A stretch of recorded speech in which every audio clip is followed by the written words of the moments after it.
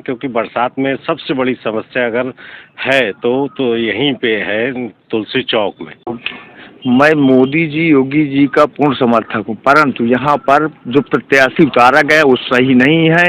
इन्होंने 5 साल के दौरान, मैं प्रॉपर भदेदू गांव से बिलीव करता हूँ, वहाँ का रहने वाला हूँ, आज तक अभी उन्होंने दर्शन तक नहीं दिया। भदेदू है, चूंकि जितने भी कैंडिडेट है, चाहे वो भारतीय जनता पार्टी के हों चाहे समाजवादी पार्टी के हों, ये आयात किए हुए सभी प्रत्याशी हैं। एक ये मतलब जो भी प्रत्याशी है वो दूसरे दलों से कूद के इसमें आए हुए हैं, दूसरे दलों से आयात किए हुए कैंडिडेट है। और बहुजन समाज पार्टी के जो कैंडिडेट है वो बहुजन समाज पार्टी का रियल कैंडिडेट है। एमपी रहते हुए राजापुर के लिए उन्होंने क्या दिया? कुछ नहीं, इसकी बहुत तो कुछ उन्होंने वादे तो किए थे, लेकिन वो शायद अभी वो पूरे नहीं हुए हैं। वादे तो हमेशा पूरे नहीं होते, टूट जाते हैं। नहीं, ऐसा नहीं है। जो बहुत एक अलग दिमाग के हैं। हमारी जनता जिधर जाएगी उधर हमको जाना है। दिमाग के हैं हाथी इस समय बहुत तेज चल रहा है। किसानों का मोड़ है, किस तरफ किसानों का रुझान रहेगा? देखिए, भारतीय जनता पार्टी तो वादे करती है कि हमने किसानों के लिए ये किया, और जो इन्वेस्टी बढ़ाने की बात होती है या कहा जाए कि किसानों को समृद्ध बनाने की बात होती है, तो इस तरह से किसानों की जो दुगनी आय करने की बात आती है, ऐसे में कितना आप सहमत हैं कि जो भारतीय जनता पार्टी का या वर्तमान सत्ता का वादा था कि हम किसानों के आय दोगुनी करेंगे, कितना संतुष्ट हैं आप? आप एक किसान भी हैं, किसान नेता भी हैं। देखिए, हम शुरू से बीजेपी को वोट किया है और उन्हीं को सब कुछ किया, मगर यह सरकार किसान विरोधी है। 13 महीने हमारा आंदोलन चला। सरकार इतना चीन में नहीं किया जहां इनको बात करना चाहिए। यहाँ कंक्रीट दीवार खड़ी कर दिया गया, यहाँ उससे आंसू गैस के गोले दागे गए। मतलब दिल्ली जाने पे प्रवेश पे रोक लगा दिया। आज इनकी ये स्थिति थी, पश्चिमी उत्तर प्रदेश में गांव में नहीं जा पा रहे हैं। ऐसा क्यों? इन्होंने जुमलेबाजी की सरकार चलाया, किसानों की हित की कोई बात नहीं किया। जो हमारे सांसद जी आज माफी मांग रहे हैं, तो अन्ना प्रथा में इन्होंने कोई बात नहीं किया। किसान हमारा मरता रहा खाद के लिए, इस विषय में कभी इन्होंने बात नहीं किया। पहाड़ी में कम से कम 100 बीघे किसानों की फसल जल के राख हो गई, उन किसानों के आंसू तक पहुँचने ये नहीं गए। खेरवा में भी एक घटना हुई, वहाँ पूरा घर जल गया, बाकी सांसद जी वहाँ नहीं गए। जनता माफ करेगी? जनता कभी नहीं माफ करती, न कोई माफ करता। इसलिए हम जो है खुले तहे दिल से जो है ऐसे प्रत्याशी को नकारते हैं और जो है मयंक द्विवेदी का फुल सपोर्ट करते हैं। मयंक द्विवेदी तरफ जाएंगे, हाथी की सवारी करेंगे? हाथी की सवारी करेंगे। संजय जी, बड़ा आरोप लगा है आपकी प्रत्याशी के ऊपर कि आपके प्रत्याशी पहले सपा में रहे, फिर बसपा में, अंत में भाजपा में कूद आए। क्या कहना चाहेंगे? नहीं, जिस घर में वो है वो उस घर के माने जाएंगे। हो सकता है कोई चला गया हो इलाहाबाद रहने, फिर आ गया हो राजापुर, तो राजापुर कितने घर बदलना पड़ता है? नहीं, घर नहीं बदल। क्या लग रहा है आपको कि आपके प्रत्याशी पुनः जीत दर्ज कर पाएंगे? जी बिल्कुल दर्ज कर पाएंगे। हालांकि चित्रकूट के इतिहास में या चित्रकूट बांदा लोकसभा के इतिहास में ऐसा कभी नहीं हुआ है कि एक व्यक्ति 2 बार लगातार सांसद बनने का मौका पाए। नमस्कार, इस समय हम चित्रकूट जनपद के राजापुर तहसील अंतर्गत राजापुर के प्रसिद्ध मंदिर हनुमान मंदिर के ठीक पीछे बने तुलसी उपवन पर मौजूद हैं। शाम का समय हो चुका है, तापमान थोड़ा कम हुआ है, लेकिन लोकसभा चुनाव की सरगर्मी अभी भी तेज बनी हुई है। ऐसे में हमारे साथ कुछ लोग उपस्थित हैं, तो आज जानेंगे राजापुर का हाल कि आखिर राजापुर किस प्रत्याशी या किस दल की तरफ ज़्यादा झुकाव करेगा।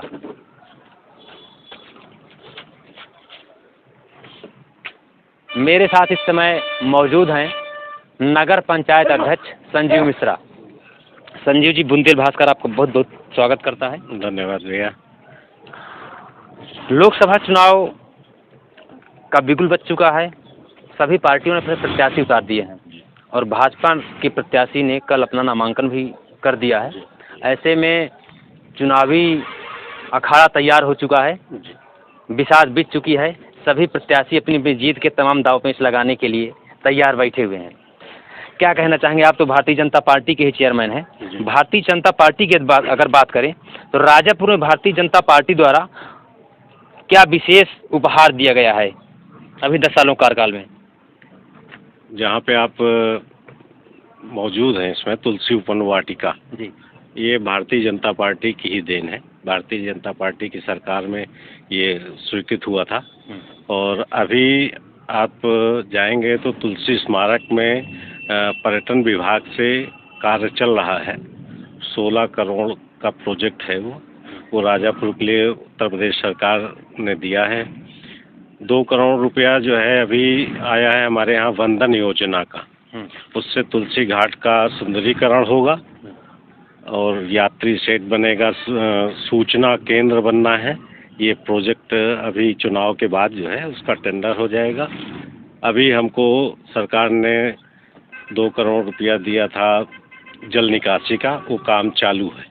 2 करोड़ रुपया अभी हमको पेयजल के लिए मिला है, उसकी एक किस्त आ गई, शेष किस्त जो है चुनाव के बाद आएगी। आपने जल निकासी की बात की तो जल निकासी में आपका ध्यान आकृष्ट कराना चाहता हूँ। जो लूक लाइन चौराहा है, बरसात के समय, अभी इसी बरसात के जो बरसात बीत गई, इस समय तक ये समस्या अभी तक बरकरार थी।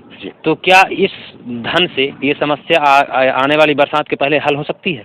नहीं, अभी चूंकि ये जो सड़क है ये NH में आती है, राष्ट्रीय राजमार्ग है जी, NH की सड़क है, इस पे हम निर्माण नहीं करा सकते हैं।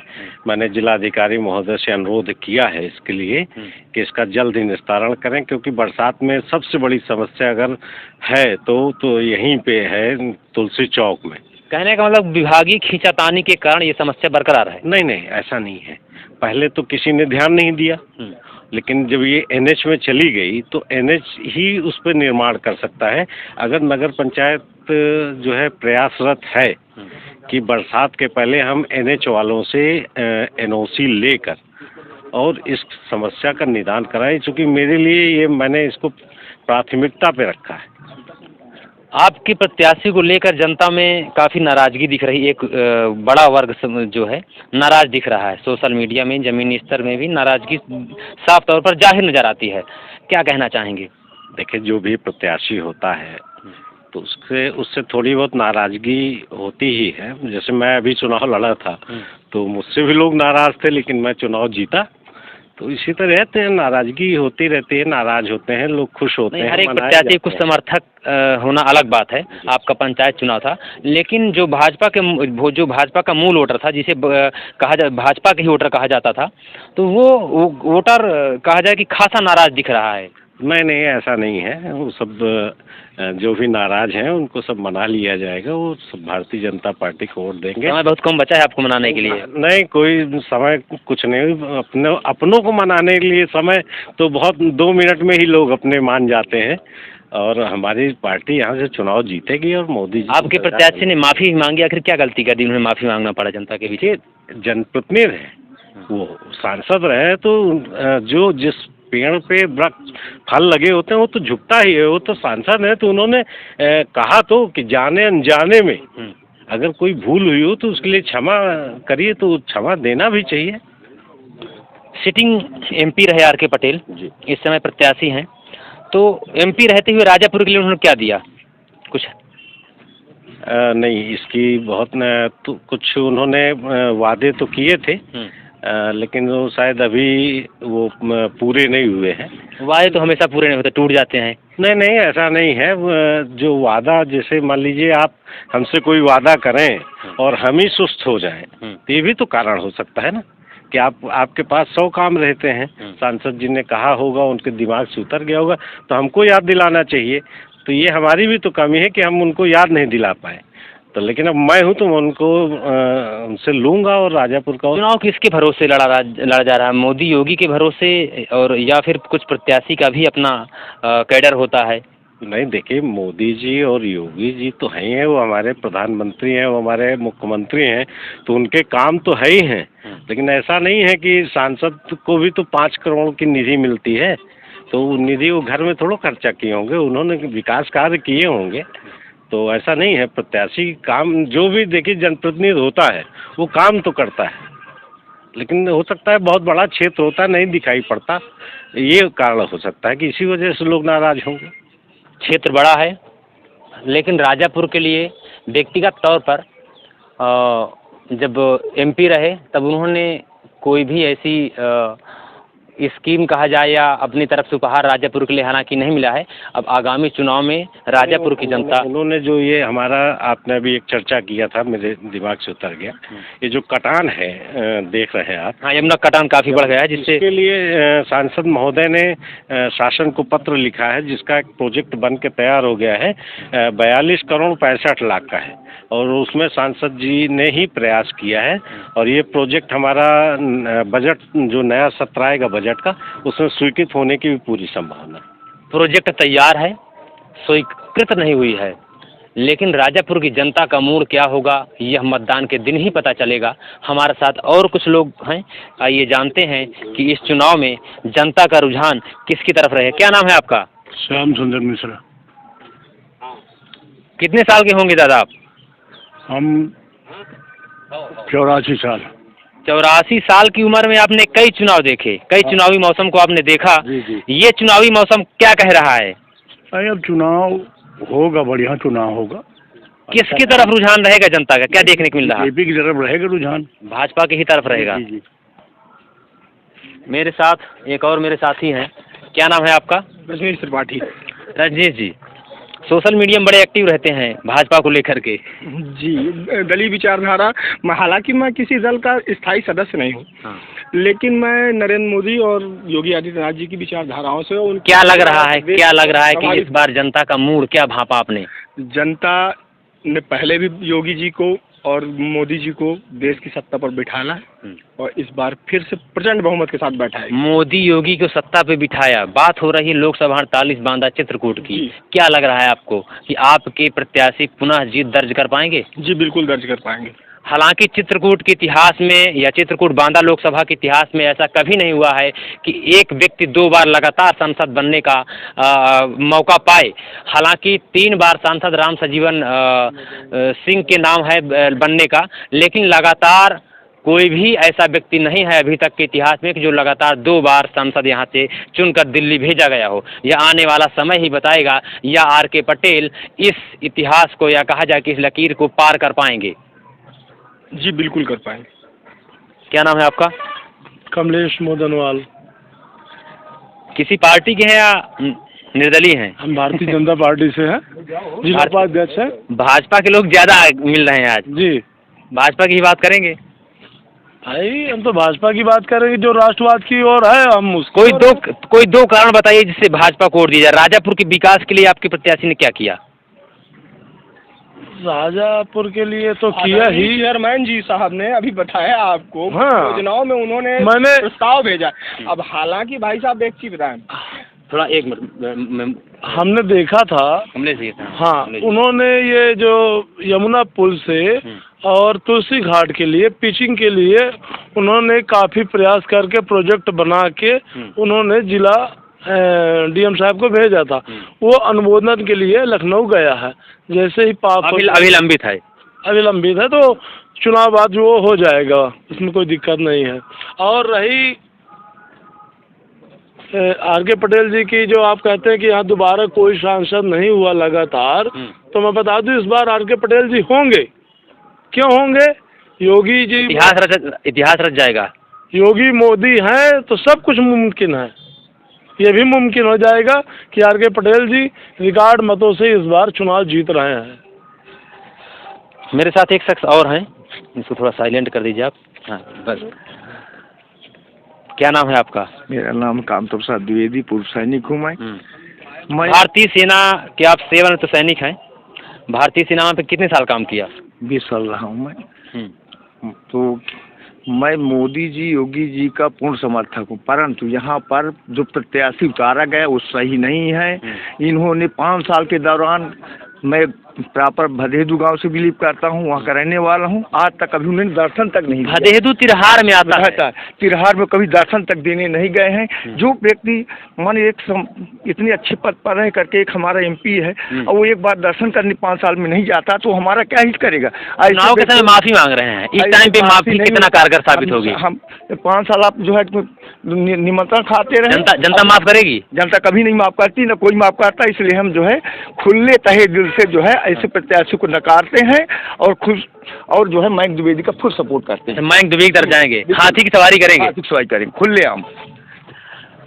कुछ लोग भाजपा की तरफ, तो कुछ लोग में जो आक्रोश है वो आप साफ तौर पर जाहिर हो रहा है। आप देख रहे हैं कि किस तरह से लोग हाथी की सवारी के लिए ललायित हो रहे हैं, उत्सुक हैं। हालांकि अब हालांकि यह समय यह परिणाम अभी भी भविष्य के गर्भ में है। यह कुछ दिनों बाद देखने को मिलेगा कि आखिर जो जनता का रोष था वो कितना ज़्यादा था, या जनता का जो लगाव था वो भाजपा से कितना ज़्यादा था। क्या नाम है आपका? राकेश नामदेव नाम है। मैं भाजपा का पूर्व क्षेत्रीय मंत्री हूँ, पिछड़ा मोर्चा। भाजपा के एक और कार्यकर्ता मिल गए हैं, तो आप भाजपा की ही बात करेंगे। भाजपा इस प्रत्याशी को, जो वर्तमान प्रत्याशी हैं आपकी भाजपा की, कोई 4 कारण बताइए जिससे इनको मतदान किया जा सके। नहीं, देखिए, इनके पक्ष में मतदान हो। मतदान इनके पक्ष में इसलिए होगी, देखिए राष्ट्र में गवर्नमेंट बन रही है भाजपा की, ये तो सब लोग जानते हैं। हाँ। अगर सांसद यहाँ का नहीं होता तो विकास अवरुद्ध होता है। आप अभी विकास की बात कर रहे थे, मैंने सुना, पूछा आपने कि सांसद जी ने क्या विकास किया, तो मैं आपको बता दूं, जो राम वन गमन पथ मार्ग जा रहा है यहाँ से, केवल सांसद की देन है कि माननीय राज्य सड़क परिवहन मंत्री नितिन गडकरी जी से मिलकर उन्होंने इसको 2 रास्ते कर दिए। एक तो सीधा पहाड़ी होके जाता है और एक सीधा लालापुर होके जोड़ते हैं। ये इन्हीं की देन है। अच्छा, ये सांसद महोदय की देन है? हाँ, ये सांसद महोदय की देन है। और जो आपके सामने कार्य में पंडित है उसका कार्य चालू भी है। बाकी देखिए, सांसद का 5 साल का जो कार्य होता है उसका विकास 5 साल में जमीन पे नहीं आ पाता। जो नाराजगी जनता की है उससे कैसे आप काम कर पाएंगे? देखिए, ये स्वाभाविक है। हर बार के चुनाव में अगर किसी ब्राह्मण को ही दिया जाता है टिकट, तो जो उनके विरोधी ब्राह्मण वो नाराज होते। भाई, क्या नाराजगी झेली नहीं? क्या सांसद भैरव प्रसाद जी को मिला टिकट, तो क्या अदर ब्राह्मणों ने विरोध नहीं किया? क्या विरोध किया है? जो मतलब टिकट कोई भी पाता, विरोध जारी रहता है। ये तो संगठन है और राजनीति। क्या नाम है आपका चाचा? नाम बताएं। मेरा नाम गयादीन वर्मा है। मैं नगर पंचायत राजापुर से हूँ। नगर पंचायत राजापुर से ही हैं जी। किसी पार्टी के कार्यकर्ता हैं या निर्दलीय बैठे हुए हैं आप? मैं बहुजन समाज पार्टी से बिलोंग करता हूँ। बहुजन समाज पार्टी के हैं? जी जी। बहुत सारे भाजपाई मिले, जी जी। उन्होंने अपनी अपनी बात रखी, अपने सरकार की जो योजनाएं थी उनको गिनाया गया। आपके एक समर्थक भी मिले सोशल मीडिया पे, और जमीन में भी बहुजन समाज पार्टी के समर्थन में एक बड़ा वर्ग खासा उत्साहित है मयंक द्विवेदी को लेकर के। ऐसे में क्या मयंक द्विवेदी का हाथी, आपका हाथी, क्या इस चुनावी रेस को जीत पाएगा? अवश्य जनता का सहयोग रहेगा और बहुजन समाज पार्टी यहाँ से 2 बार इलेक्शन लोकसभा का जीत भी चुकी है और इस बार अवश्य जीतेगी बहुजन समाज पार्टी। बहुजन समाजवादी पार्टी के पास क्या एजेंडा है चुनाव लड़ने का? बहुजन समाज पार्टी के पास एजेंडा, वो पूर्ण रूप से कोई घोषणा पत्र जारी नहीं करती है, क्योंकि झूठे जो लोग होते हैं वही घोषणा पत्र जारी करते हैं। बहुजन समाज पार्टी करने पे विश्वास करती है, करके दिखाने पे विश्वास करती है। मतलब जो भी घोषणा पत्र जारी करे झूठे हैं। हमारी पार्टी बहुजन समाज पार्टी संवैधानिक तौर पे भारतीय संविधान को लागू करना चाहती है और संविधान के हिसाब पे हमारे देश की कानून व्यवस्था को लागू करना चाहती है और संविधान के मुताबिक ही कार्य करती है। क्या लग रहा है आपको, चुनाव की क्या स्थिति रहेगी आपकी? चुनाव की स्थिति बहुजन समाज पार्टी की स्थिति बहुत मजबूत है, क्योंकि जितने भी कैंडिडेट हैं, चाहे वो भारतीय जनता पार्टी के हों चाहे समाजवादी पार्टी के हों, ये आयात किए हुए सभी प्रत्याशी हैं। एक ये मतलब जो भी प्रत्याशी हैं वो दूसरे दलों से कूद के इसमें आए हुए हैं। दूसरे दलों से आयात किए हुए कैंडिडेट है और बहुजन समाज पार्टी के जो कैंडिडेट है वो बहुजन समाज पार्टी का रियल कैंडिडेट है। नगर पंचायत अध्यक्ष संजीव मिश्रा जी से इस बारे में पूछना चाहेंगे। संजीव जी, बड़ा आरोप लगा है आपकी प्रत्याशी के ऊपर कि आपके प्रत्याशी पहले सपा में रहे, फिर बसपा में, अंत में भाजपा में कूद आए, क्या कहना चाहेंगे? नहीं, जिस घर में वो हैं वो उस घर के माने जाएंगे। हो सकता है कोई चला गया हो इलाहाबाद रहने, फिर आ गया हो राजापुर, तो राजापुर कितने घर बदले, कितने घर बदलना पड़ता है? नहीं, घर नहीं बदलने, लोग घूमने चले जाते हैं, उसको वो नहीं कहा जाता कि दूसरे से घूमने के तौर पर देखा तो पहली बार आर.के. पटेल भाजपा में शामिल हुए, इसके पहले अन्य दलों में रहे। नहीं, तो ये सब होता है। क्या भाजपा में घूमने आए हुए हैं? नहीं, घूमने नहीं, वो तो उनका घर हो गया। अब घर हो गया, सांसद है तो उनका घर ही है, तो दोबारा फिर सांसद हो जाएंगे, विधायक रहे हैं तो घर है वो तो चुनाव में। भाजपा से सांसद, विधायक रहे, सांसद हैं, और देखिए जो बड़े संगठन में जो समुद्र में पहुंच जाता है वो कहीं फिर बाहर नहीं जाता है, वो समुद्र पे ही रहता है। पार्टी के कार्यकर्ताओं का कहना है कि यह घर का बदलाव है, या कहा जाए घूमने का जो विचार है तो प्रत्याशी के मन में आया और अब प्रत्याशी के घर बन गया है भाजपा, प्रत्याशी इसको छोड़ के नहीं जाएंगे। हालांकि आप देखने को मिलता है बहुत सारे ऐसे उदाहरण पेश हैं कि आप देखते हैं कि अन्य दलों के इस समय भाजपा में शामिल हो रहे हैं, यह दल बदलने का क्रम जो है लगातार जारी है। एक शख्स हमारे साथ और हैं, क्या नाम है आपका? भैया वेद प्रकाश पौलिया नाम है। वेद प्रकाश जी, हाथी की आप बात कर रहे थे अभी, आपने गया जी ने बात की हाथी की, तो आप हाथी को लेकर के बोल उठे। हाँ। क्या बात है, हाथी से लगाव कैसा होगा? नहीं, हाथी से लगाव नहीं, जनता जनार्दन से लगाव है। जिधर मेरी जनता जाएगी उधर हम जाएंगे, हमें कोई इससे मतलब नहीं है। हम बहुत एक अलग दिमाग के हैं, हमारी जनता जिधर जाएगी उधर हमको जाना है। दिमाग के हैं आप? हाथी इस समय बहुत तेज चल रहा है, हाथी बहुत तेज चल रहा है, और थोड़ा सा समय दीजिए, कुछ समय बाद वो खुद ही अपनी रफ्तार और अपनी क्षमता दिखा देगा वो।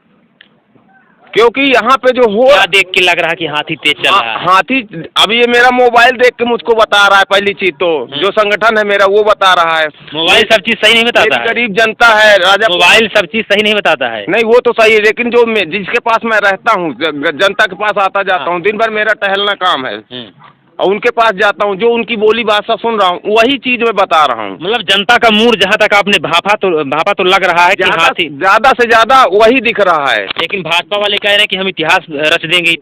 वो देखिए, वो जो कह रहे हैं उनका कहना है, लेकिन जो मुझको जनता बता रही है मैं उसको बता रहा हूँ।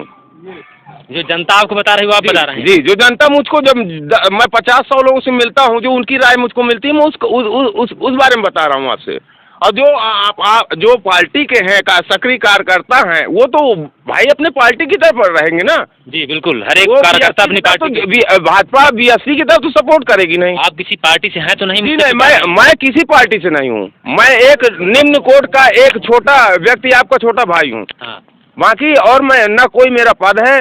पिछली बार आपने किसको वोट किया था? पिछली बार जो था वो हमने मोदी जी को वोट किया था। पिछली लोकसभा आपने मोदी को किया था? मोदी जी। इस बार मोदी से क्या नाराजगी होगी? इस बार मोदी जी से नहीं, व्यक्ति विशेष हमारे सांसद जी से नाराजगी है। हमने 6 बार अपने ये जो समर सेबुल का होता है, मेरा गाँव खैरी पड़ता है, एक छोटा सा गाँव, वहाँ मेरी कुछ जमीनें हैं, 6 बार मैंने भरा, मेरा क्यों निरस्त हो जाता है? सब लोगों का 60,000 करने पे देने पे उनका 3.5 लाख का पूर्णतः काम हो रहा है।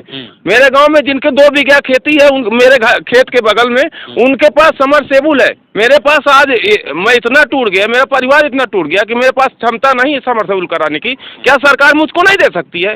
मेरे पास न राशन कार्ड है, मैं किसी चीज सरकार से किसी प्रकार से संतुष्ट नहीं हूँ। असंतुष्टि साफ तौर पे देखी जा सकती है। राकेश जी, बगल में किसान बैठे समरसेबुल को लेकर उन्होंने चर्चा कर दी। किसानों की अगर बात की जाए, बुंदेलखंड में, बुंदेलखंड सूखाग्रस्त इलाका माना जाता है, पानी की बड़ी समस्या झेलता है, दशकों से चला रहा है, इसके लिए बुंदेलखंड पैकेज भी आता है। तो किसानों की अगर बात की जाए तो किसानों के लिए, विशेषकर बुंदेलखंड के किसानों के लिए सरकार ने क्या किया, क्या बताना चाहेंगे आप?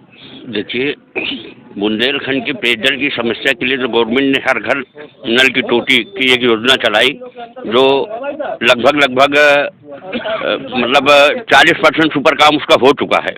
रही बोर वाली बात, तो बोर जो है, बोर एक गवर्नमेंट की एक वो होती है कि मतलब इस साल जो चित्रकूट जनपद में 200 बोर दिए जाएंगे और एक निश्चित संख्या वहाँ से आती है, एक निश्चित संख्या आती है। जो लोग फार्म भरे हैं उसमें पैरवी कर रहे हैं उन लोगों को हो जाता है, जो लोग पैरवी में ढीले हैं थोड़ा सा, उन लोगों को नहीं हो पाता है। हालांकि यह बात किसानों से मिलने के बाद जाहिर होगी कि किसान रुष्ट है या संतुष्ट है।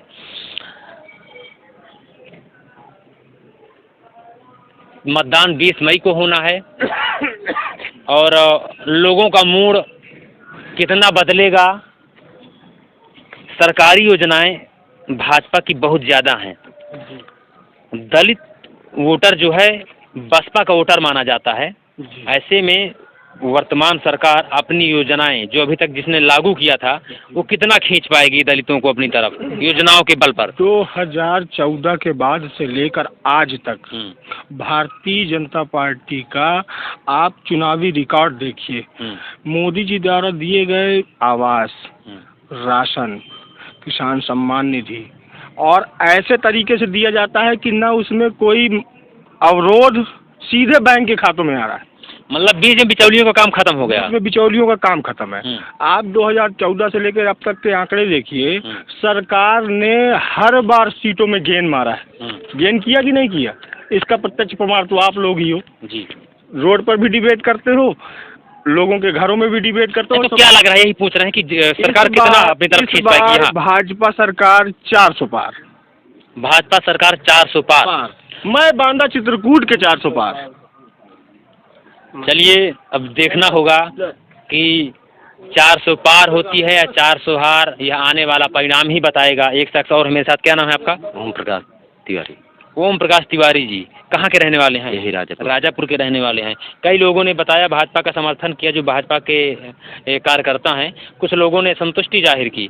आप किस तरह से देख रहे हैं कि आप अपने सांसद से कितना संतुष्ट हैं? मैं सांसद की बात कर रहा हूँ आपके व्यक्तिगत। सांसद से तो किसी आदमी संतुष्ट है, कोई आदमी नहीं संतुष्ट है। ये सो आदमी की भावनाओं के ऊपर की बात है। अब ये तो आदमी की भावनाएं जाने के कैसे हैं, कैसे। आप कितना संतुष्ट हैं? अब हम तो थोड़ा भाजपाई हैं, तो इसलिए हम। अच्छा, आप भी भाजपाई हैं? हमको जाना पड़ेगा लगता है मजबूरन, मगर क्या कहते काफिया आदमी थोड़ा इधर उधर। हाँ, जो नाराजगी है वो मोदी योगी को लेकर के नहीं है, यहाँ के सिटिंग एमपी को लेकर के है। अब आने वाला जो चुनाव है वह यह तय करेगा या बताएगा कि यहाँ की जो लोगों की नाराजगी हो कितनी ज़्यादा थी या कितनी कम। आपका बहुत बहुत धन्यवाद। और मैं सबसे यही कहना चाहता हूँ कि जो हमको दिखाता है कैमरामैन, हम उसको नहीं देख पाते हैं, लेकिन कैमरामैन सबको दिखाया है, तो मैं आज आपको अपने कैमरामैन को दिखाना चाहूँगा। ये हैं आदित्य मिश्रा और फगोलू, जो अभी तक मेरी मदद कर रहे थे इस खबर को रिकॉर्ड करने के लिए। आप सभी का बहुत बहुत धन्यवाद। बुंदेल भास्कर के साथ प्रकाश ओझा, कैमरामैन आदित्य मिश्रा के साथ।